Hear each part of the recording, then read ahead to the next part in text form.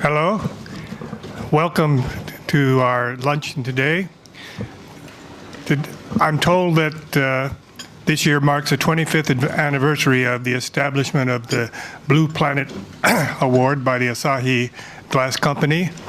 And traditionally, it's been our pleasure to host a luncheon and press conference for the recent recipients of the award, as we are today. All three of the ladies and gentlemen at the table are recent recipients of the Blue Planet Award, and they'll be speaking to you.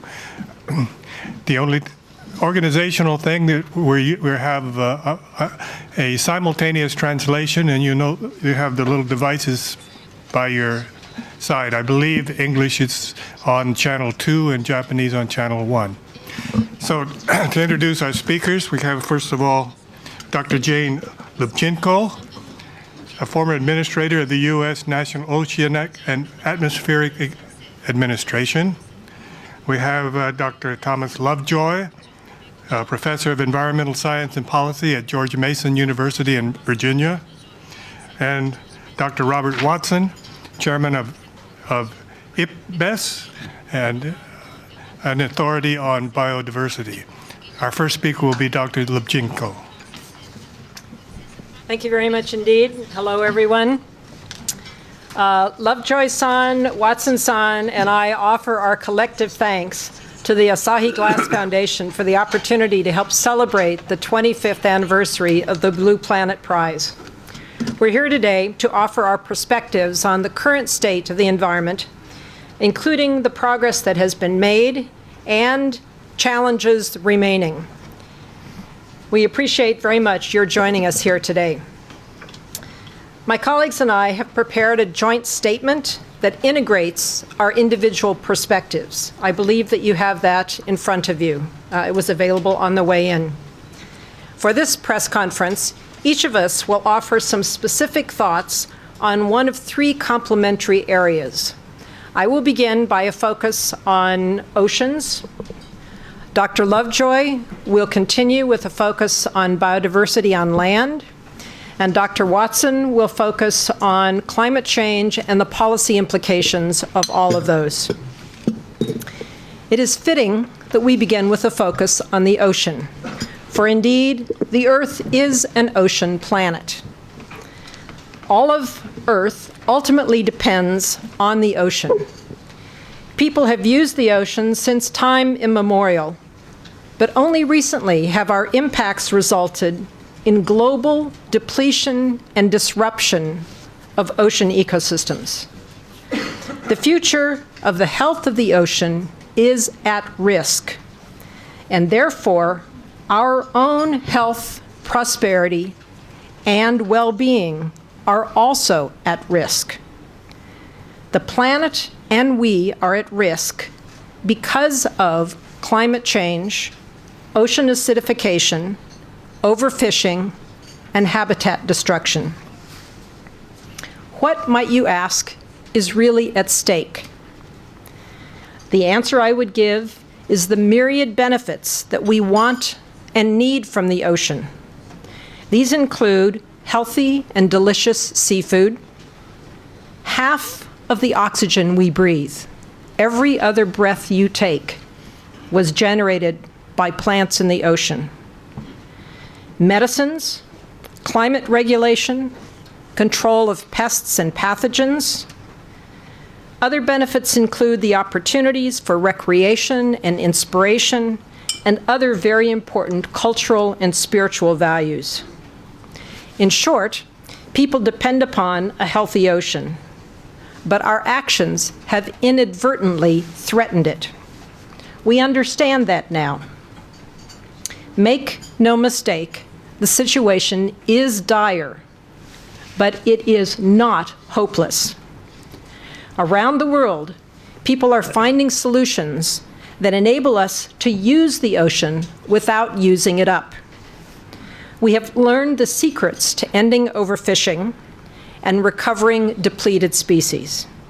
We are learning the key role that fully protected marine reserves, also called marine parks, marine protected areas, the role that they have in protecting biodiversity recovering depleted species, and enhancing resilience to climate change. We know that these and other solutions exist. They're bubbling up all around the world. The problem is that those solutions are not being used at the scale that we need to fix the problems that we have. The reality is that it's hard to reform fisheries. It's hard to create large and many protected areas. I would say, yes, it is hard, but it can be done. And it can be done with great success. We have proof of this. Courageous leaders in the fishing industry, in coastal communities, in governments, in civil society, are working with each other and with scientists to develop and use new solutions. And those solutions are working. In the United States, for example, when I was at the National Oceanic and Atmospheric Administration, we undertook a very painful process of reforming our fisheries. The result was that we slashed overfishing by 60%, 60%, and then recovered a large number of species that had been depleted. Recovery of those species is now allowing sustainable fishing at a much higher level than when the stocks were depleted. We have increased the number of jobs supported by fisheries by 35% since 2008. We have increased the amount of fish caught domestically by 23% and the value by 32%. In summary, the result was a win-win-win. Benefits to coastal communities and seafood lovers, benefits to the economy, and benefits to the environment. Similar reforms are underway in the EU and in many other nations.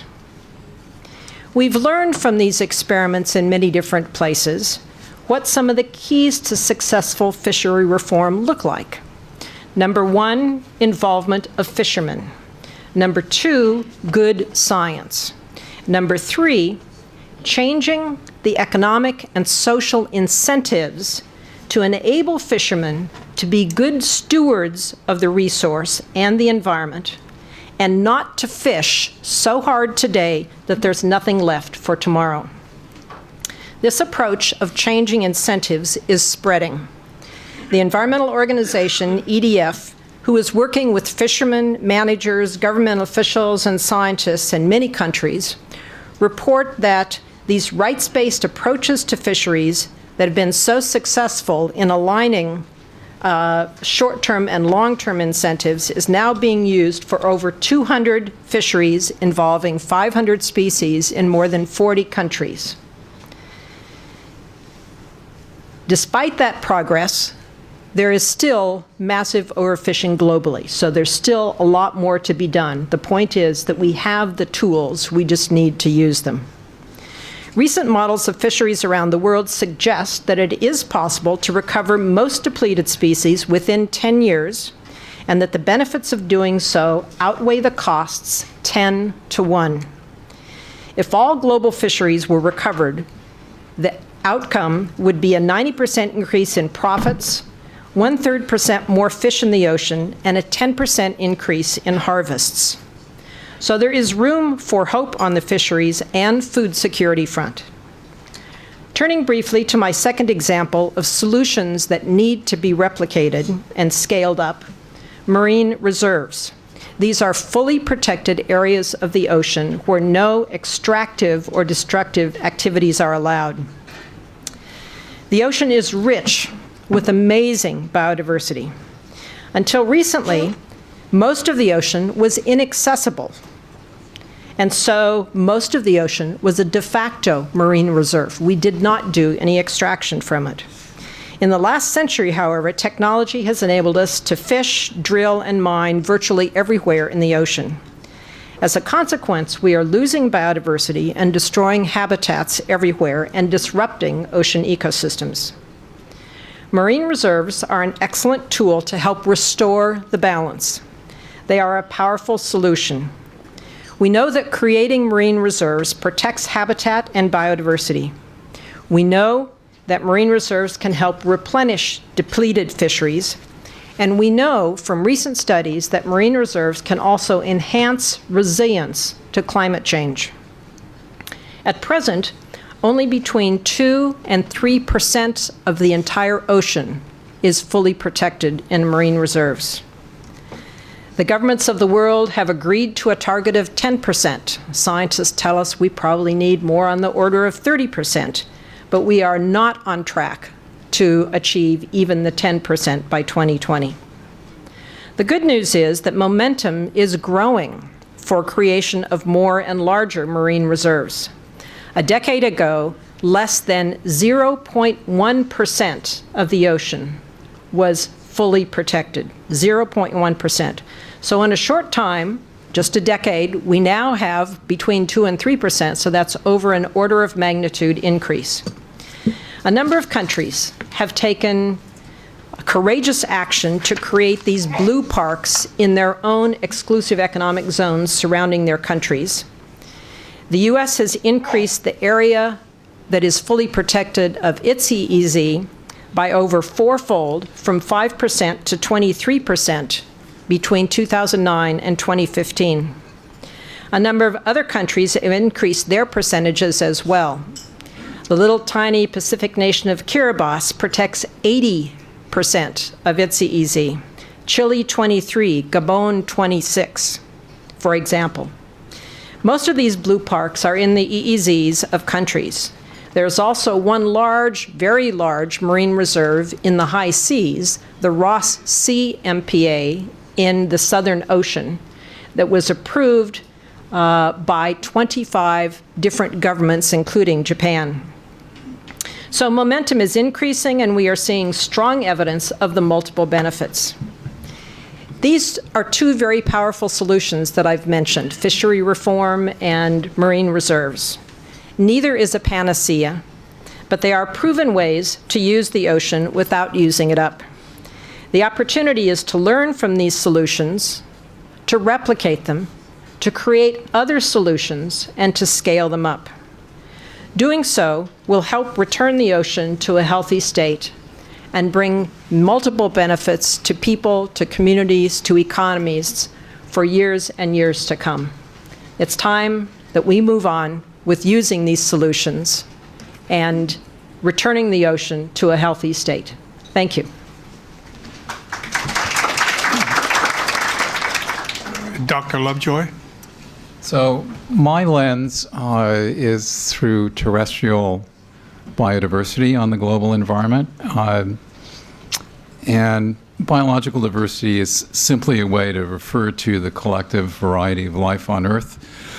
Think of it most simply as the total numbers of species in a forest or on the entire planet. But it's much more than just a list of species doing individual things. Together, they make up ecosystems, and ecosystems in turn provide all kinds of benefits for us, whether it's soil biodiversity, nurturing agriculture, or whatever other benefit one might care to look at. At the largest scale, this planet actually works not as a physical system, but as a linked biological and physical system. And the great global carbon cycle, badly distorted by climate change, is being contributed to not just by the destruction of ancient ecosystems, which we call fossil fuels, but also by the destruction and degradation of modern-day ecosystems. You look at the rate of species loss, it is accelerating, which means that collectively we've not got the problem in hand as yet. And we're also looking ahead in the next 10 or 20 years to probably the last opportunities to protect natural areas that aren't already in the protected area estate. Part of that, I think, will include restoration of ecosystems, because there's just an amazing amount of degraded land on the planet. and restoring those degraded lands will actually take some CO2 back out of the atmosphere. Looking ahead, we have 2, maybe 3 billion more people who will be arriving on this planet. We'll have to feed them. That means competition for land for various purposes. But actually, ecological scientists have looked at that challenge and determined we can actually feed all those people an adequate and healthy diet without destroying another square inch of nature. That's simple to state. It's tough to actually make that happen, but it's time to really get started on it.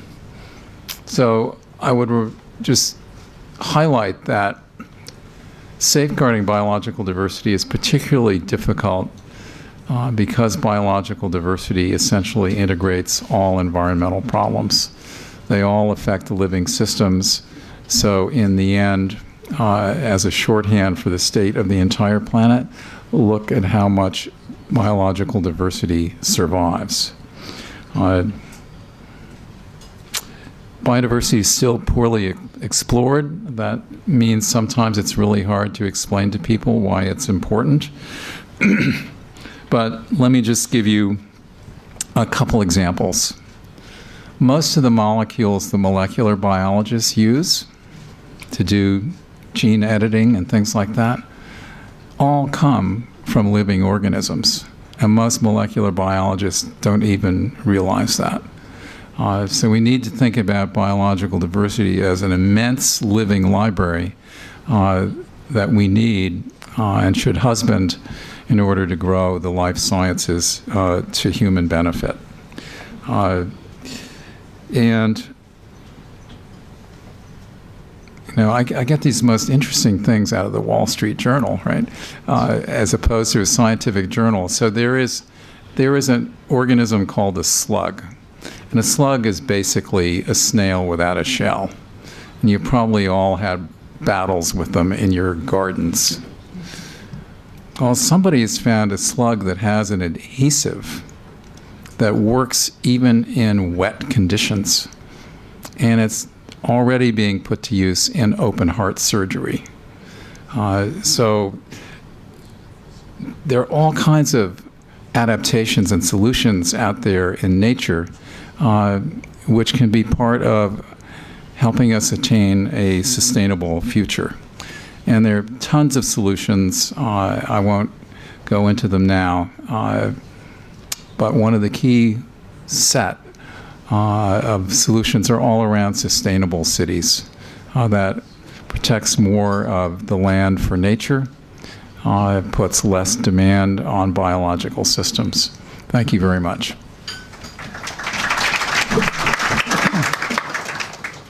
Our final speaker is Dr. Watson. Thank you. It's a pleasure to be here. There's absolutely no doubt that we humans are changing the climate system. It's already 1 degree warmer than it was in pre-industrial times. We're seeing changes not only in temperature, but precipitation patterns throughout the world. The dry areas are getting drier. The wet areas are getting wetter. Sea level is increasing. We're seeing more extreme weather events, more floods, more droughts, more high wind events. These changes in climate are caused by us using fossil fuels to produce energy and by deforestation, primarily in the tropics. By changing the Earth's climate, we are threatening food security, water security, human health. We're also finding that climate change is having adverse effects on biodiversity, both in the oceans that Jane talked about and on land that Tom talked about. So the issue of climate change and biodiversity have to be looked at together. You cannot look at them in isolation. We should applaud the governments of the world that they met a couple of years ago in Paris and they agreed that we should limit changes in the Earth's climate to no more than 2 degrees Celsius relative to pre-industrial, with an aspirational target of 1.5 degrees Celsius. The governments of the world should be applauded for this. This means we need to go to a low carbon economy. We need to produce our energy without using fossil fuels, wind, solar, hydropower. We need to use our energy more efficiently, more efficient cars, more efficient buildings, more efficient infrastructure in general. Unfortunately, the Paris Agreement will not meet the Paris targets of 2 degrees Celsius. Indeed, the pledges made in Paris are a major step in the right direction, but if we only implement those steps, we would still have a world that will become 3 to 4 degrees warmer. We'll pass the aspirational target of 1.5 by 2030 to maybe 2035 if we're lucky, and we'll pass the 2-degree target by 2050 to 2060. So yes, government should be applauded, but we have to do much, much more if we're going to reach the targets set in Paris. Now, the problem is the governments have also done 2 other wonderful things. They agreed 20 so-called Aichi targets here in Japan when the Convention on Biological Diversity met. 20 very different targets of different elements of biodiversity. They also did a brilliant job, governments, in my opinion, of agreeing 17 UN Sustainable Development Goals. They range from issues such as poverty, eliminate poverty by 2030, food security for everyone in the world, water security for everybody in the world. Health issues need to be dealt with, both communicable diseases and non-communicable diseases. We need to sustainably produce goods and sustainably use them. We have to deal with gender issues, educational issues, and security issues. Personal security, all the way up to global security. And indeed, the government should be applauded for the Paris Agreement, the Aichi targets, and the Sustainable Development Goals. But unfortunately, we are not on track to meet the Paris Agreement of 2 degrees Celsius. We are not on track to meet any of the Aichi targets. Progress in the right direction, but not enough progress. And the problem is, by not meeting the climate targets and not meeting the biodiversity, we will undermine any chance of the Sustainable Development Goals. Climate change and loss of biodiversity will undermine our efforts to alleviate poverty. They will undermine food security, undermine water security, undermine human health, undermine generally security issues. And so the challenge we have is we have to recognize that climate change and biodiversity, yes, are environmental issues, but much more important, they're development issues.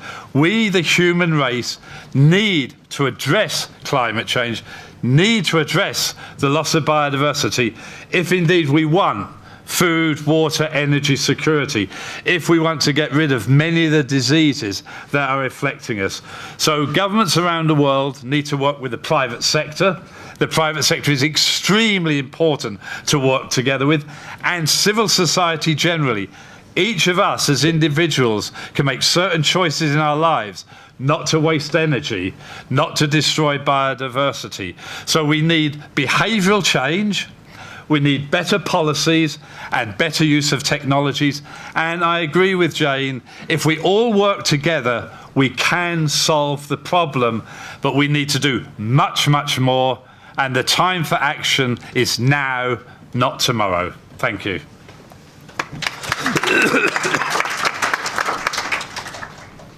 We'll now open up the discussion with questions and answers. Anyone? Raise your hand. And it's a little hard for me sometimes to see against the television lights. So.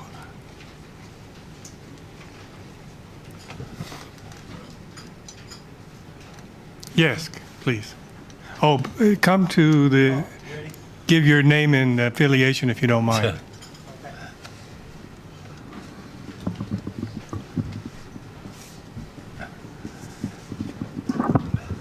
Minoru Matsutani, Japan Times. I got 2 questions. One is why now? The environmental concern is something that's been going on decades. Why did you choose the timing as today to make this announcement? And question number 2 is, are there any particular country governments that you're concerned that is trying to reverse your efforts? And if you don't want to say country X and Y are culprits, can you say something like, particularly country X and Y have more rooms than other countries to improve their behavior to enhance the environment? Thank you. I'll do it. Go ahead. Yeah. So first, the why now. It's because now is better than waiting, until tomorrow, right? The sooner the better. And it is the 25th anniversary of the Blue Planet Prize, and it seemed a suitable occasion to try and focus some attention.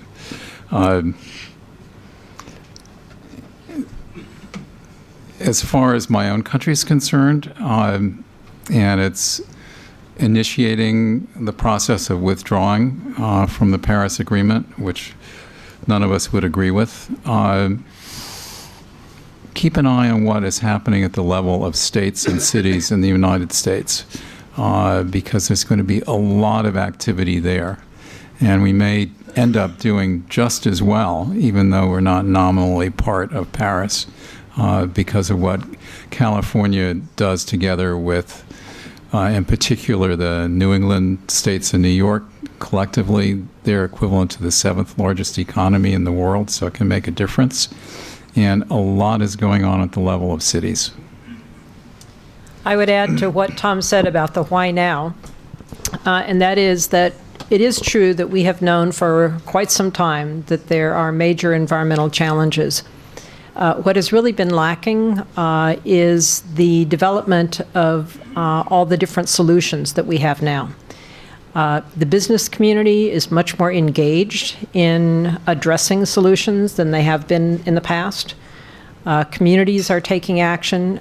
There's greater technology that's available, and I think greater willingness for countries and peoples to come together. So I think we have new opportunities and new ways forward that have been identified. But what I agree with what both Tom and Jane have said, but we have largely wasted the last 25 years. 1992, we had the first Earth Summit, and it was recognized there that climate change was a serious issue, loss of biodiversity was a serious issue, and land degradation was a serious issue. So we could have done more. Jane is absolutely correct. We have far more better technologies today, especially in energy, both in the production of energy and the use of energy. We better know what policies can work under what circumstances. And we now do have business leaders that are really willing to recognize sustainability is in their best interest. But we should have done more in the last 25 years. We can't turn back the clock. Therefore, the time for action is now. We must get on with it now. We should have got on with it 5, 10, 15, 20 years ago, clearly, basically. But it must be a combination of governments working with the business community and with civil society. It's not one or the other. It's not just technology. It's not just policy. It's behavior change, policies and technologies all together, basically. And yes, we have a situation in the US where the president is not alone. The Australian Prime Minister also doesn't believe in climate change. Therefore, we need others to take the lead. We need the cities, the business leaders, and the states. But with respect, all governments can do more. Some governments are doing a lot, but all governments can do far more to protect their citizens and to protect the environment. Next question, please. Yes, ma'am.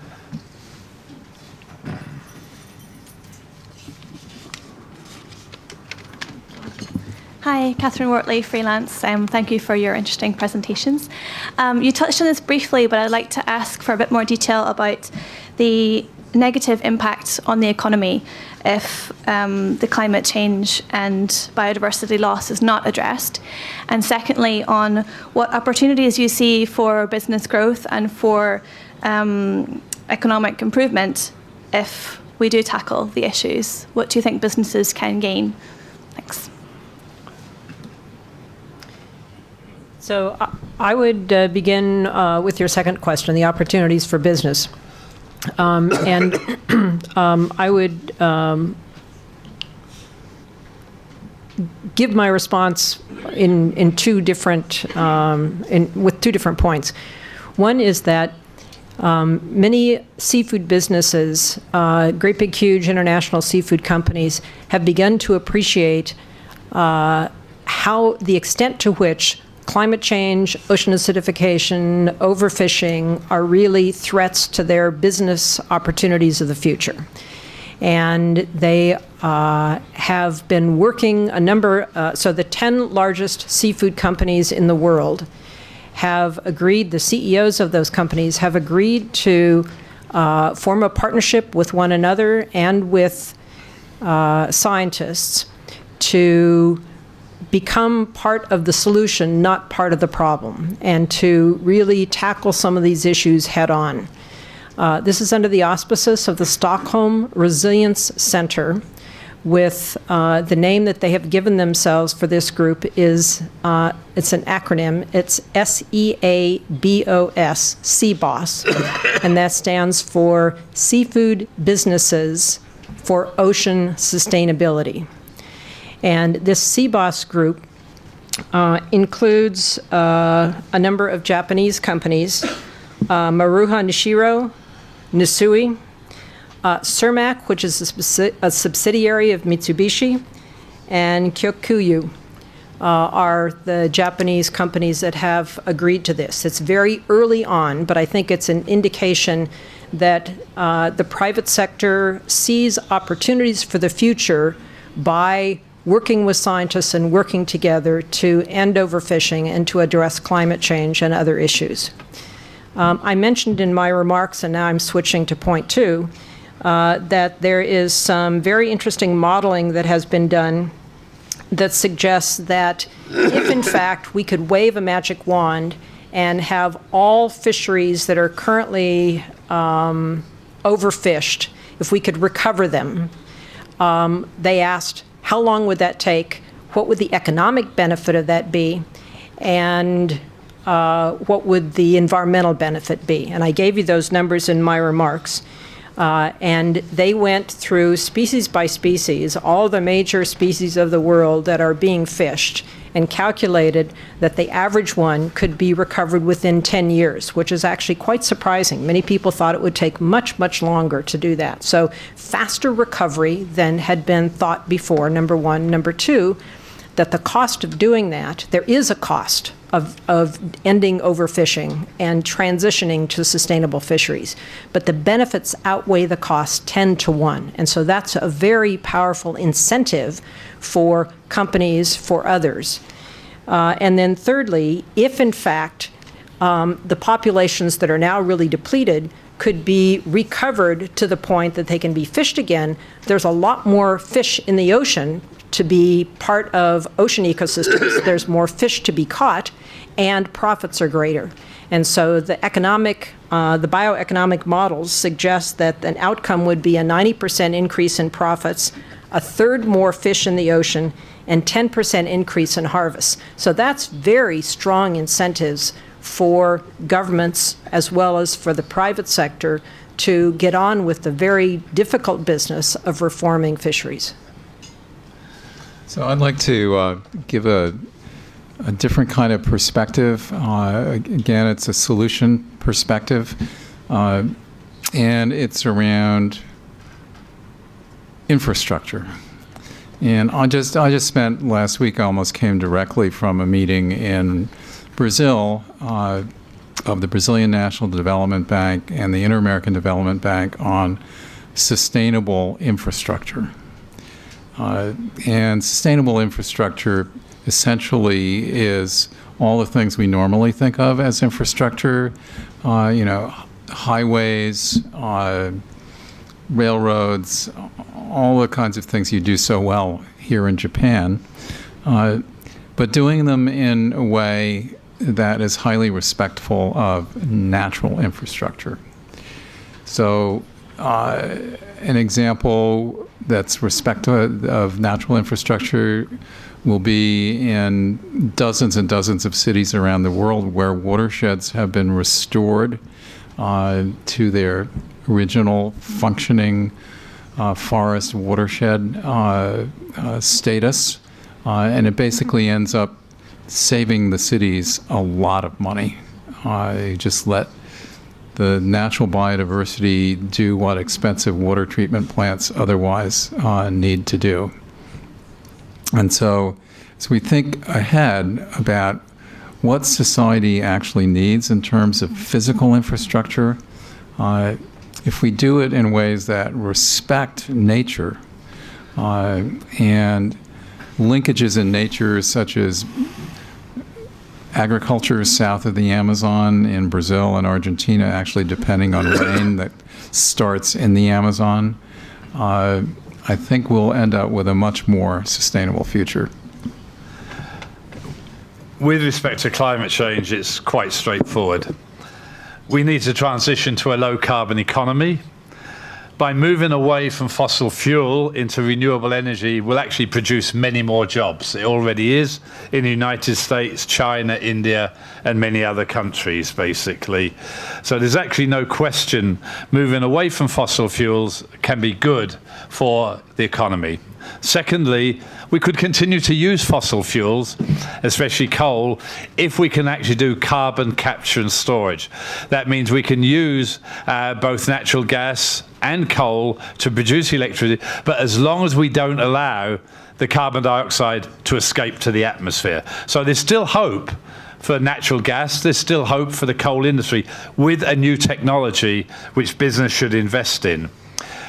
Nick Stern wrote a pivotal document about 5 years ago called the Stern Report, and he pointed out the cost of action is far less than the cost of inaction.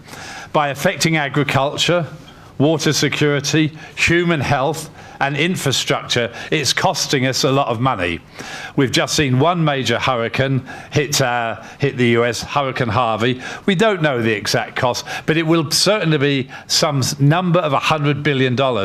Irma is about to hit potentially Florida. We don't know what the costs will be, but it again will almost certainly be very large. So we need to try and reduce the risk of climate change. It's good economics. Even if you actually try to limit to 2 degrees Celsius, and it costs 3% of GDP, gross domestic product, over the next 100, it's almost irrelevant. The world's economy is growing at 4% per year, 2% in developed countries, 5-6% in developing. So instead of growing at 4% per year, it'll grow at 3.95% per year. So the people that argue this will cost a lot of money, it's the wrong argument. It is much cheaper to deal with climate change, to ignore climate change. So there are opportunities for business through renewable energy technologies, energy efficiency technologies. Another point is destroying biodiversity, destroying mangrove systems and turn them into shrimp farms. When you get a storm surge, you've got nothing to protect the local villages. When you take all of the forests off hillsides, you then get soil erosion and landslides. So protecting nature is good for the economy. Addressing climate change is good for the economy. I'd like to ask a question, if I may. Under the previous government, Japan had pretty ambitious goals on climate, reducing carbon, but it was dependent almost entirely on expanding nuclear power.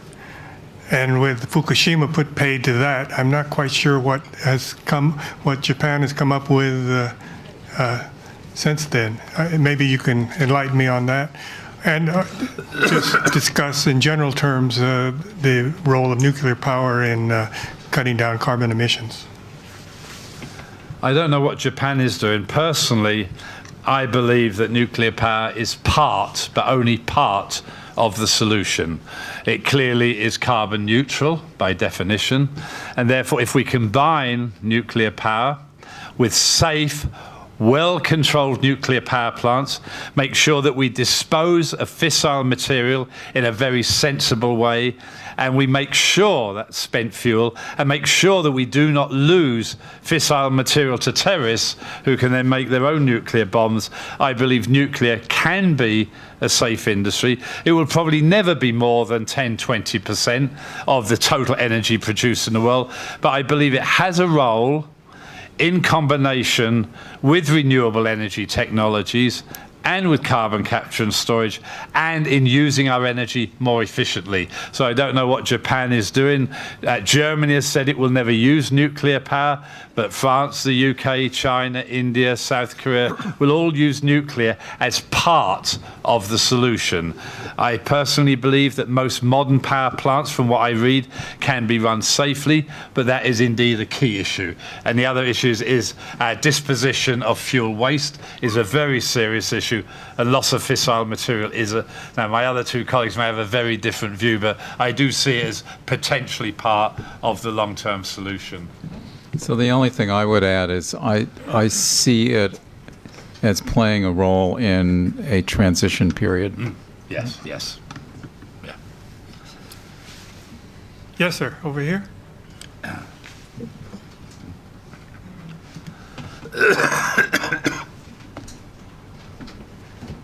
Thank you. My name is Errol Ahmed. I run a research company. I write freelance. This is a specific question to Ms. Lubchenco about the role of aquaculture.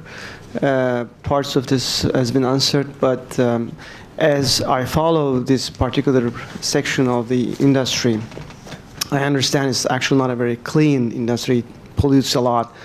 And because of that, there are some problems. I believe that alliance you just mentioned in your previous answer was part of that. So first of that, and second, as part of this maybe solution, there are talks about land-based fishing. I don't know if the terminology is correct, but actually growing fish in factories. Do you see any future on that, or how is that relative to the aquaculture itself? Thank you very much. Aquaculture, I believe, will be a major factor in providing food security for the future. It is a complement to wild capture fisheries. Both are important, but both need to be done in a sustainable fashion. We've seen examples of unsustainable fisheries, and we've seen examples of unsustainable aquaculture.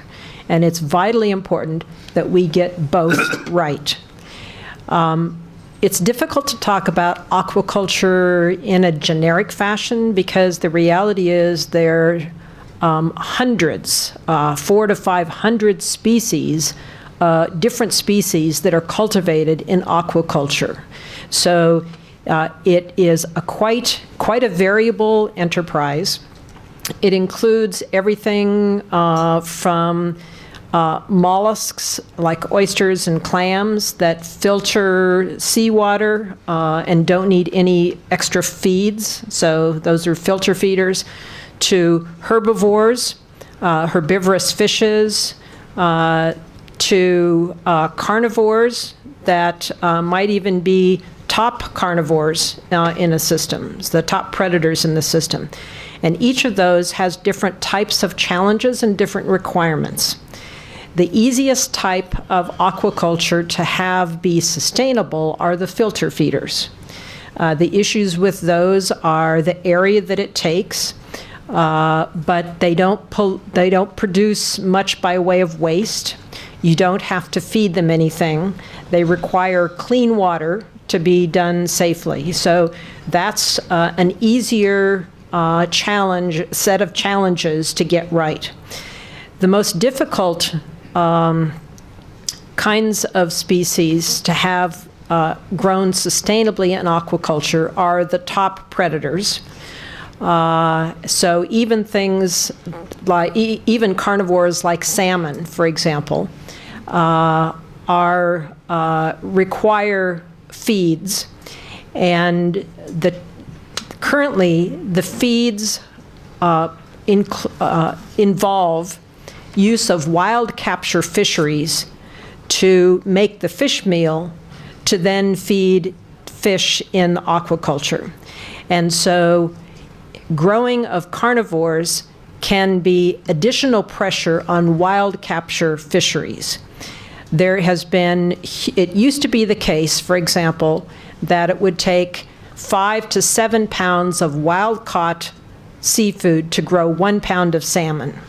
The industry has been focusing on improving what is called the conversion ratio of wild capture to produced product, and it has been getting better and better. It's now for salmon around 3 pounds of wild, sorry for using pounds, but 3 pounds, the same thing, 3 units of wild capture something to produce 1 unit of salmon. The same is true,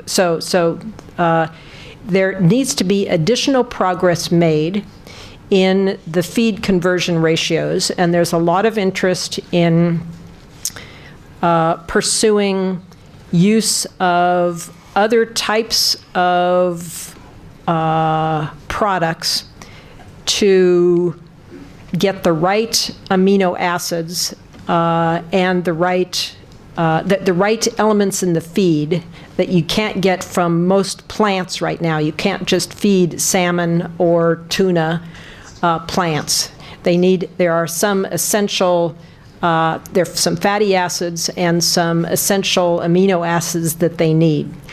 There are great opportunities. People are exploring biotech ways to use microalgae, for example, to achieve some of those goals. So this is an area of active research. The industry is keenly interested in doing this. Right now, there's very little incentive for the industry to be having sustainable aquaculture practices, because to do those practices, it costs more, and most consumers are unaware of, and therefore not really willing to pay the higher price for better practices. So that's where either policies by government or commitments of companies working together, like the CBOS that I suggested, can actually move the needle toward more sustainable practices and policies.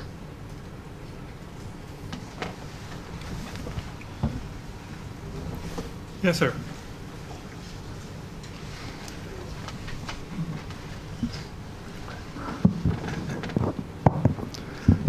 Thank you very much for your excellent presentation. My name is Kurt Sieber. I'm an associate member.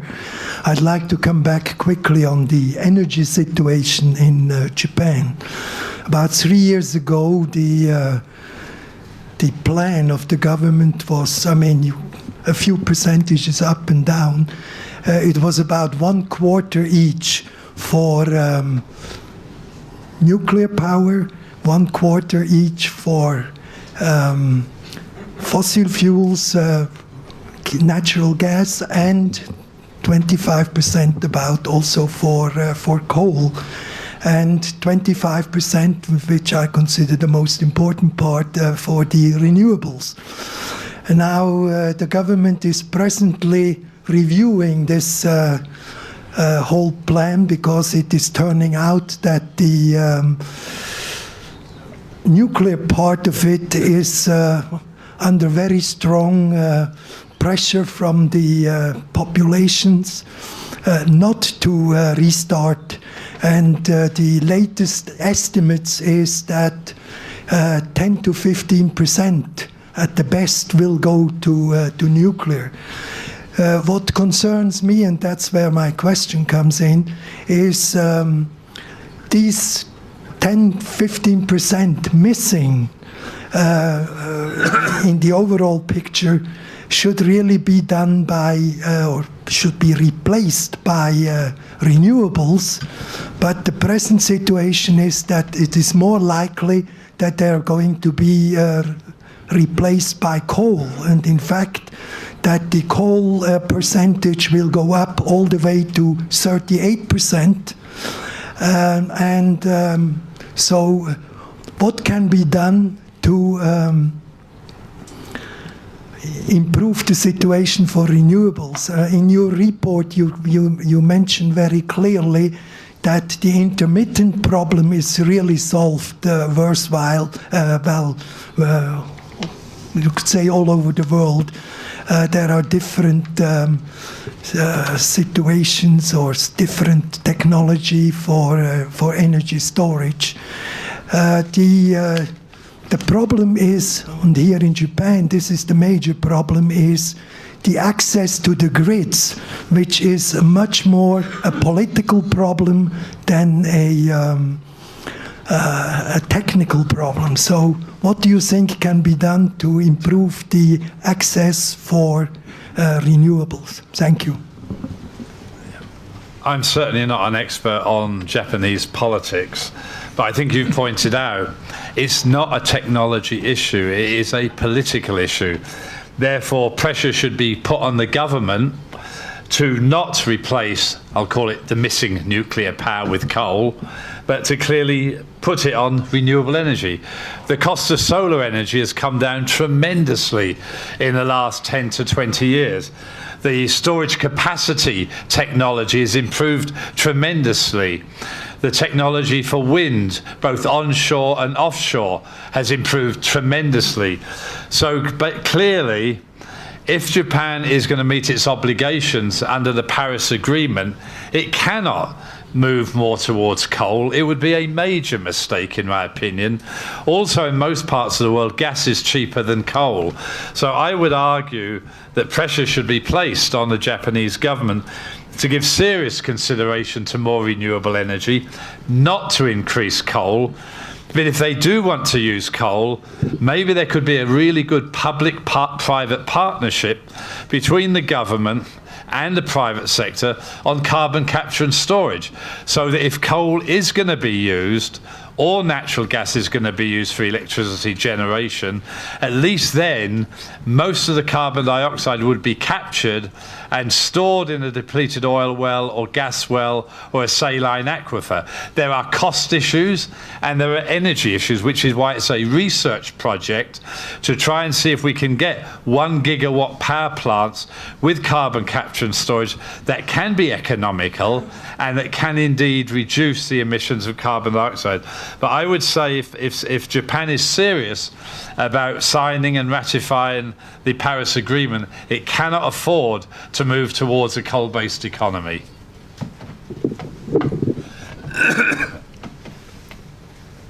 This gentleman over here, I think, wanted to speak, and then...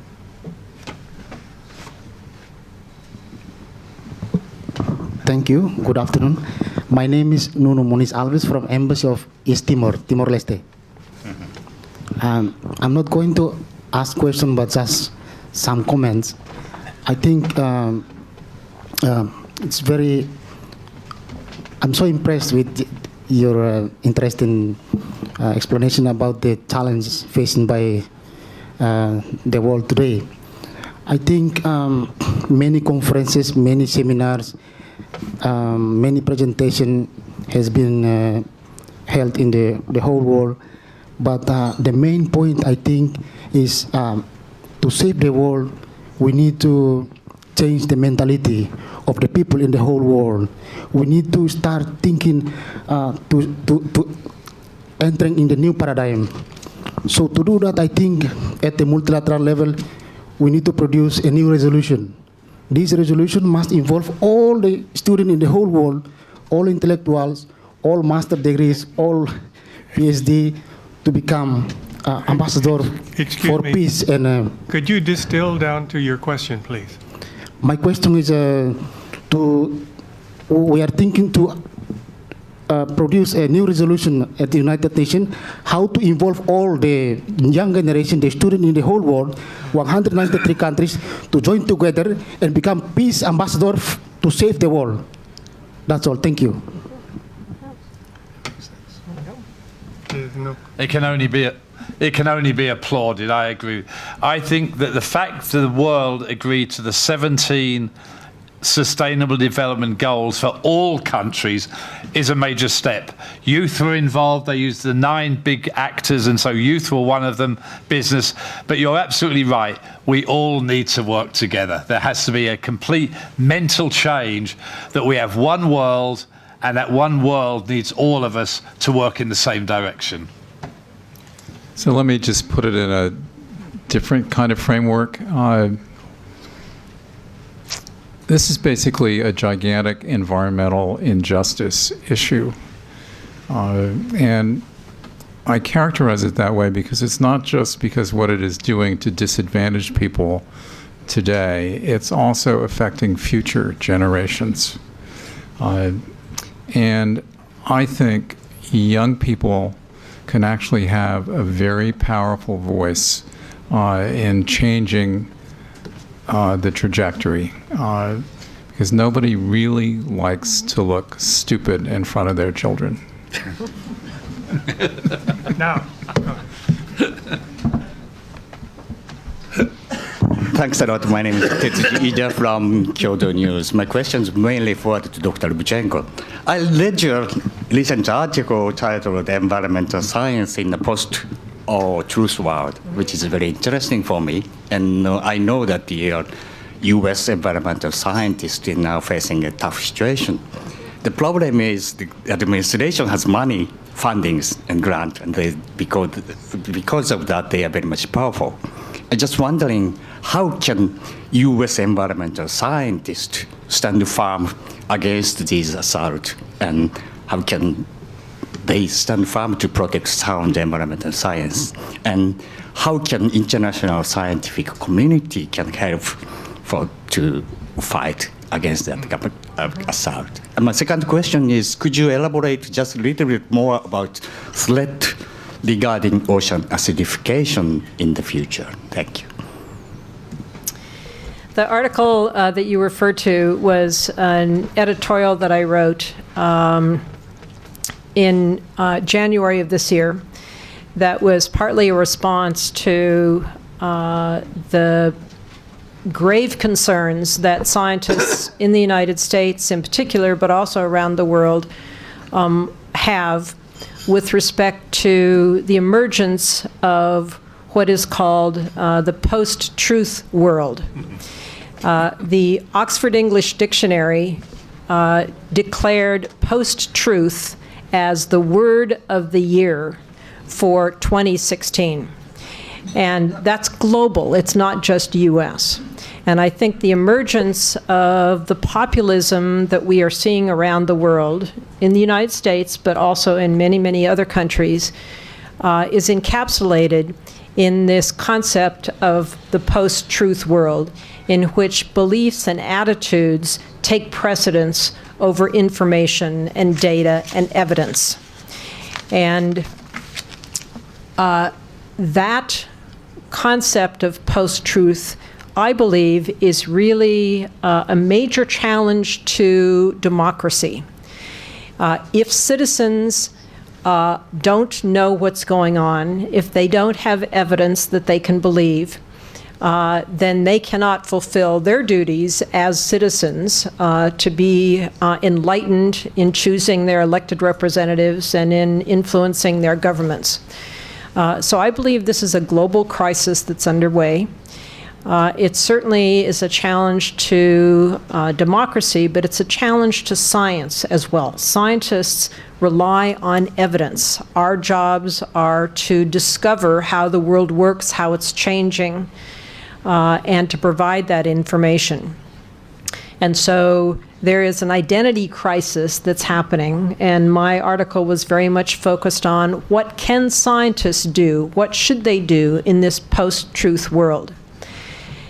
I believe that scientists bear some responsibility that for not appreciating the fact that they have a responsibility to connect more with society, to engage more with society.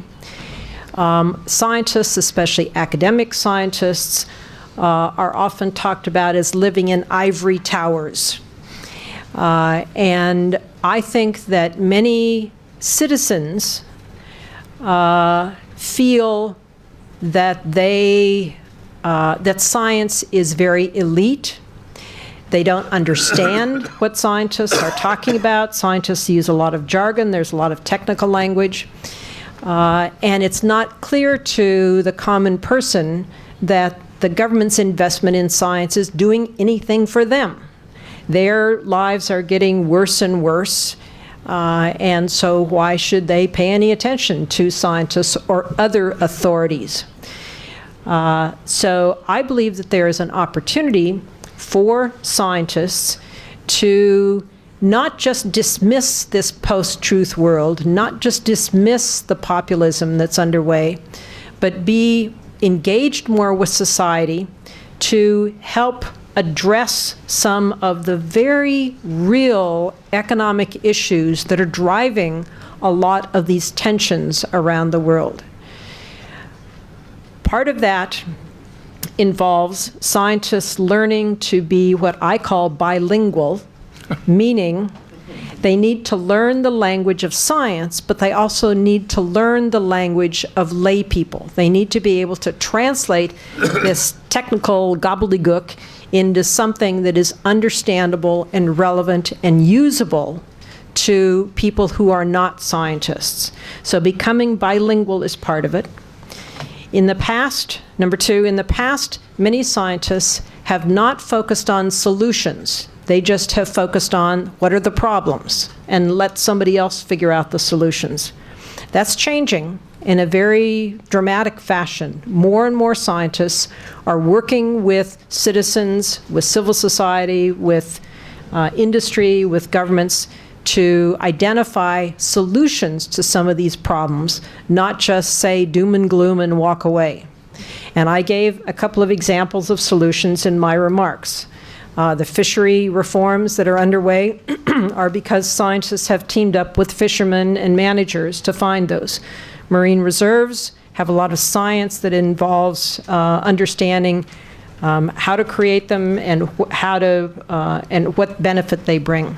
So providing hope to people in part by engaging with society, showing what science is doing, and helping provide solutions in a way that is more transparent and humble than has been the case in the past. Scientists don't have all the answers. They need to learn from people. As a scientist, I learn from fishermen all the time.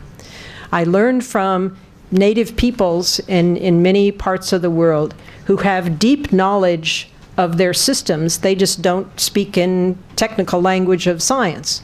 So my call was to scientists to not just dismiss the current political trends, but to be more engaged with society to help address some of the issues and showing people what science can do for them, but doing it in a respectful fashion that involves exchanges of information. It's not just scientists telling others, it's a two-way conversation. And so this Science in a Post-Truth World editorial was about those issues. That's a long-term issue. It's not going to address the immediate short-term challenges that we have in our country or in many other countries that have this populism that's underway. We have some major challenges because of our leadership. And I think that there is a role for standing up for science, standing up for evidence, but there's also a need to understand that we need to behave differently, not just defend the old ways, but to be more engaged with society in a more humble way, in a more transparent way, in a more equitable way. And that was what my remarks were about. Can I add something to that? I agree with everything Jane just said, but this is where the media can play a major role. Many of our documents are indeed too technical for the average public. But this is why I think a press event like this is extremely important to take some of the key issues of today, climate change, biodiversity, link them to what the public really care about: food security, water security, jobs, livelihoods. And so working with the media is absolutely essential for the public. We need to have partnerships with the media where when we say there's an important story and an interesting story, we can work with you so that the public at large can actually understand what the challenges are. How can they themselves change their behaviour if they want? How can they influence the government? How can they influence business? So I've always seen media as a very, very central part of how the academic community can work with the public, because our reports normally are too technical. And what you can do is actually work with us to make them readable and understandable. Why should the public care about science? Why should they care about climate change? And so I think the role of these press conferences, I think, are a very important part of the public meeting with the scientific community. So I would just add the very encouraging note that it's my essentially uniform experience teaching at George Mason for just a few years that the graduate students are really interested in coming up with solutions and learning how to communicate. Yes, sir.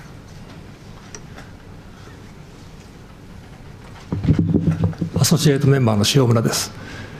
世界で環境破壊とか二酸化炭素の、はいはい、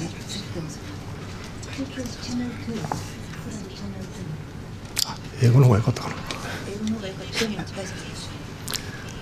世界で環境破壊とか二酸化炭素の排出に大きく寄与している国で、そういうことに無関心であるとか理解がない国っていうのは3つあると思うんですね。でその3つっていうのは米国とアメリカとインドと中国だと思うんです。でそれぞれにはそれぞれの言い分があるとは思うんですが、現実的に例えば二酸化炭素の排出について言えば、この3つの国で世界のおそらく半分以上を出してるんじゃないかと思うんですね。でこういう人たちをこういうことに理解していただくにはどのような手段があるか、あるいはどのように皆さん方は活動されておられるかを教えてください。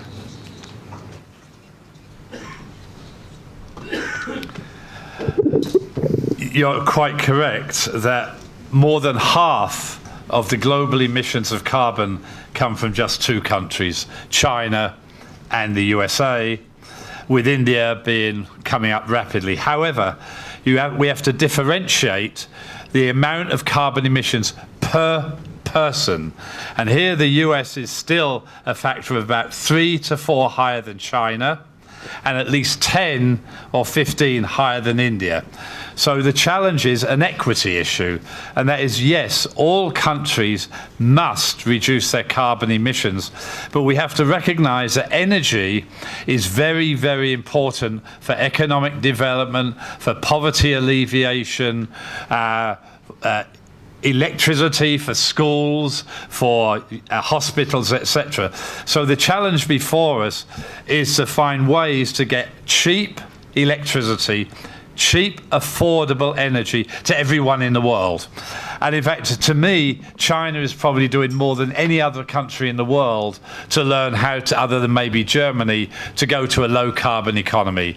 I think we should applaud China for what it's actually trying to do, basically. So you're right, those three countries are three of the most important, but we need to differentiate them that on per capita emissions, the US is still well above China, although China is catching up rapidly, and we're way above India. So this is where we need technology cooperation. It's where we need, especially for poor developing countries, and including a country like India, we need also financial assistance, in my opinion. And that's all embedded in the Paris Agreement, the recognition we need to cooperate with each other. Now, it's not a lack of knowledge. All of these countries are members of the Intergovernmental Panel on Climate Change. And every few years, there is a major international assessment on what do we know about climate change. Not only how much is the world's climate changing, what are the effects, what are the impacts on human health, agriculture, water, sea level rise, what are the technologies that could be used to transition to a low carbon, what are the economic costs, what are the political barriers. So all of the information is there for governments to use. And in fact, every government in the world, literally 197, I think now, are members of the IPCC. They sign off on the documents. So it's not a lack of knowledge. These governments have got the knowledge. It's how do you use the scientific information for informed policy, where the average citizen in India wants more electricity. They want more energy. So the challenge for China and India is how to get that energy to their poorest citizens, but in a way that doesn't continue to destroy the environment. So I see China moving, to be honest, more aggressively than India, but it is a big equity issue. We in the north, in the industrialized countries, have used up most of the carrying capacity of the atmosphere of carbon. So the question is, how can we work with other countries that have not used up the carrying capacity in a fair and equitable way? And that is realized in the Paris Agreement. And it's to me, one of the biggest weaknesses of the US withdrawing from Paris is not necessarily that we won't do our fair share, and that worries me. But if they withdraw funding for the International Climate Fund, that could adversely affect a lot of poor countries whose pledges under Paris were conditional on technology cooperation and on financial assistance. So by the US withdrawing from basically the international funding, that does give me concern, to be quite honest. We still have more time for questions. Anybody on this side? I haven't looked over here. Do I see a hand up over here? Yes. So, yes.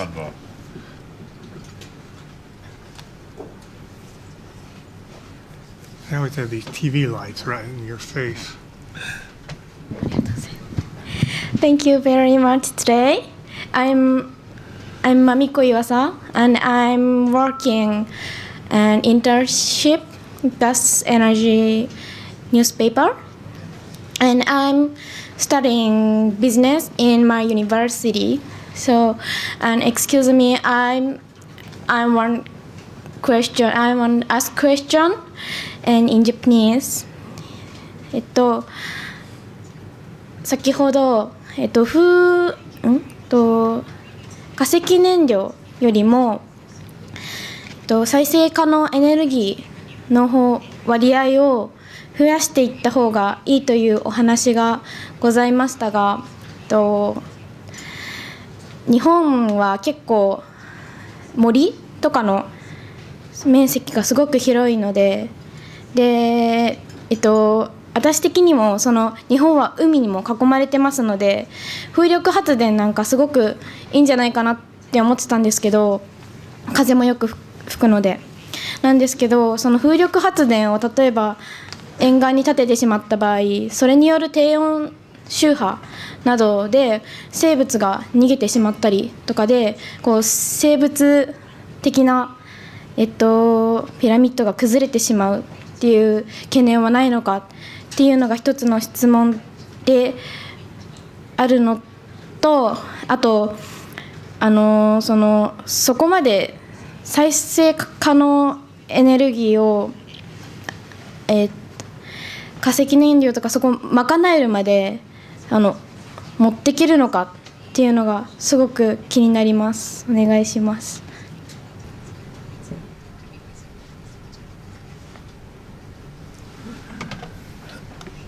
You are correct that some people have been concerned that wind energy could have adverse effects on birds. And I think in some cases that would be correct. So you do not want to put huge wind farms in what I call migratory patterns of birds. I mean, clearly don't want to do that. What I would comment, however, would be even if there are some negative effects of wind power, they will be far, far less than the negative effects of coal and other fossil fuels causing climate change. So there's got to be some balance in the risk. And I would argue the risk of adverse effects on biodiversity from wind power, solar power are very slim compared to the adverse effects of human-induced climate change from fossil fuels. One other form of energy we have to be very careful about is large-scale hydropower. That can have some very negative adverse effects on biodiversity, and it can have big adverse social effects of involuntary displacing people from those areas that are flooded. So every time we think of a new energy, whether it's a renewable energy or whatever, we should do a complete risk assessment, a life cycle analysis of what are all of the potential benefits, but what are all of the potential risks. And it will be a relative risk-benefit analysis, basically. But there's no way we can zero out all risks of all energies. There are always going to be some level of risks, to be quite honest, basically. I mentioned the Intergovernmental Panel on Climate Change, which is indeed a panel, international panel, that assesses our knowledge of climate. There's an equal panel now on biodiversity called the International or the Intergovernmental Platform on Biodiversity and Ecosystem Services, which I chair, which is also providing knowledge to governments and to the private sector and to the public about what are the threats to biodiversity and what are the implications for human well-being. How could it affect food, water, energy? What are the links between climate and biodiversity? So I think from a knowledge generation and knowledge assessment, we do have some big international programs like Future Earth to generate new knowledge, and we do have these big international assessments to assess knowledge, and they are coupled with governments, with the private sector. So it's not I don't think we're short of knowledge. We're short of using that knowledge in a what I call a sensible way.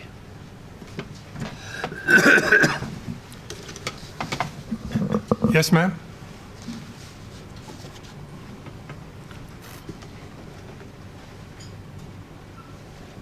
Maki Wakiyama, a freelance journalist and also the translator of books. And a few years ago, I have a question to Dr. Janet Lubchenco. I translated a book titled The End of the Line by Charles Clover. It's about ocean resources. And he came here to talk.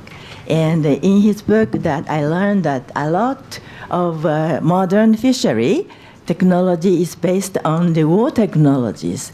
And particularly it is threatening the deep sea, which is our last front.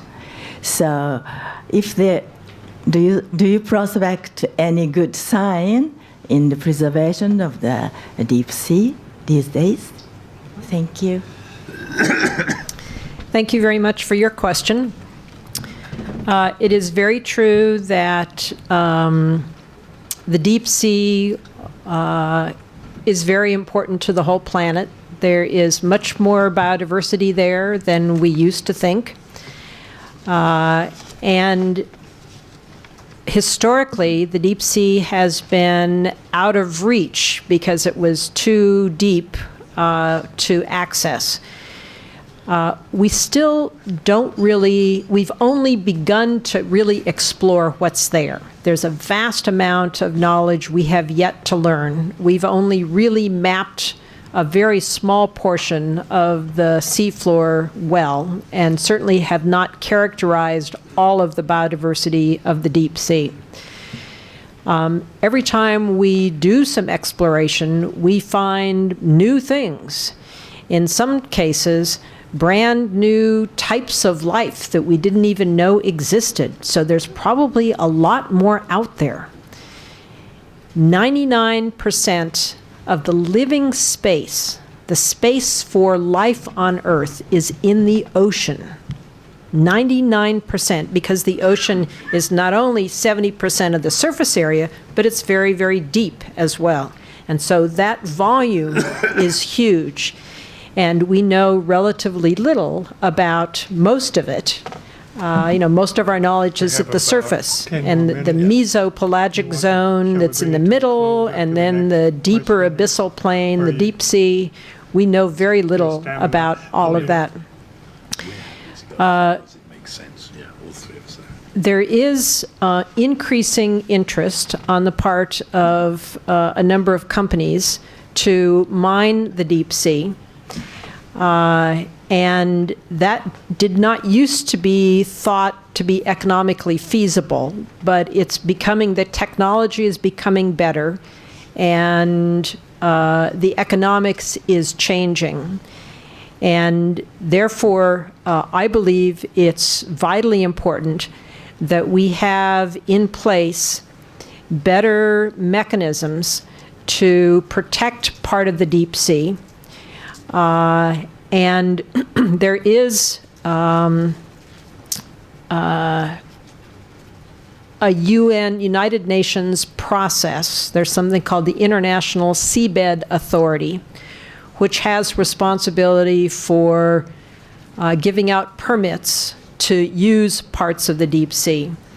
There's not a real good process for deciding areas of the deep sea that should be protected versus exploited. So we have not really resolved that issue at the global level.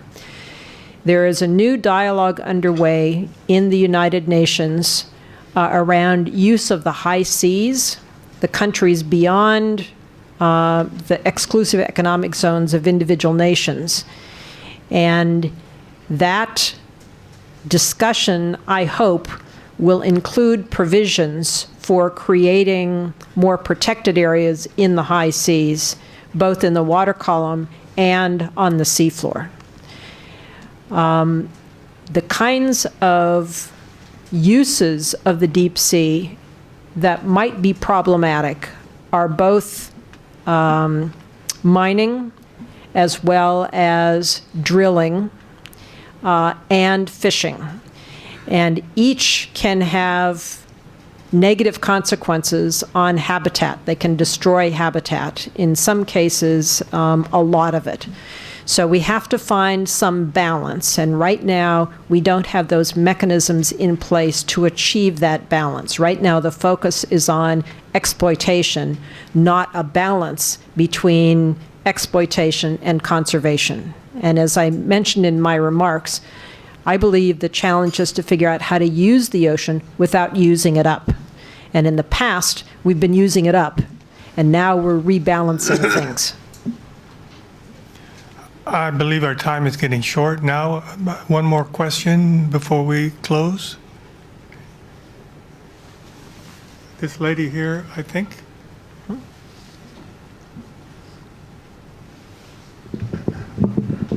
Excuse my Japanese.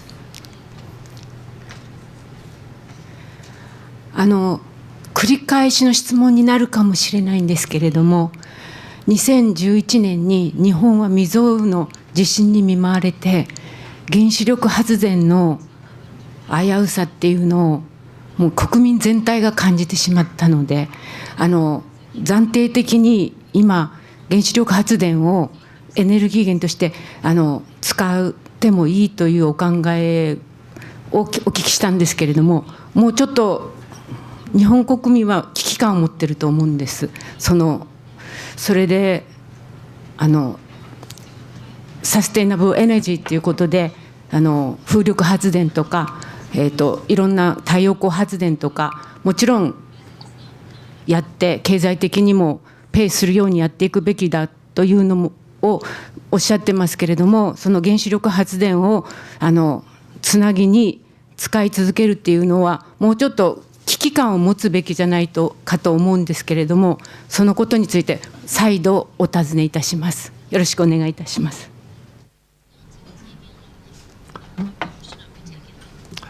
No, I agree. Nuclear power should not be taken lightly, nor should fossil fuel power. If you think about fossil fuel, say coal, millions of people have died in coal mines. Black lung disease, explosions in coal mines. Using coal has led to a lot of pollution in cities, which has killed millions of people across the world. And indeed, coal being used to produce electricity is the major cause, one of the major causes of human-induced climate change. So we know that the use of fossil fuels has killed millions of people across the world. Yes, there are risks with nuclear as well. And so we have to look at the relative risks. In reality, with the Japanese power plant, nuclear power plant, it actually, as I understand it, survived the earthquake, but got destroyed by the tsunami that followed the earthquake. So yes, it was induced by the earthquake, but it was also a very old power plant, one that was about to be decommissioned. It was one of the older power plants in Japan, one of the older power plants in the world. And so the technology today is way, way better than the technology when that particular power plant was built. If there had been alternative power which could have been brought into that power plant to keep the water circulating, there wouldn't have been a meltdown of the nuclear rods. The basic problem was they lost power and there was no way to cool the nuclear rods. So one of the things one can consider is, where do you build a nuclear plant? What sort of ways do you get what I call secondary power, that if the power goes off for whatever reason, earthquake, tsunami, you have backup power. So my view is we should look at all of the relative risks of nuclear power. I don't want to underestimate them, but you also have to compare that with the risks of fossil fuels for coal mines, black lung disease, urban air pollution, and human-induced climate. It's a relative risk. Each country should make its own decision, and so if the population in Japan believes they don't want to risk nuclear power, that's their choice, absolutely. Same as in Germany. Other countries have felt that risks are manageable risks, especially compared to the risks of effectively fossil fuel-induced climate change. So it is a question of looking at all of the risks of all technologies. It's the same when we effectively get any new technology in food. Are genetically modified crops safe or not? So one has to look at the risks and benefits of any technology, whatever it is, and then make an informed decision. And the public in each country should be allowed to be part of that debate. I think that we'll bring this press conference to a close, and our gratitude and thanks to our three speakers and everybody who is here. So thank you. Thank you very much. Sure.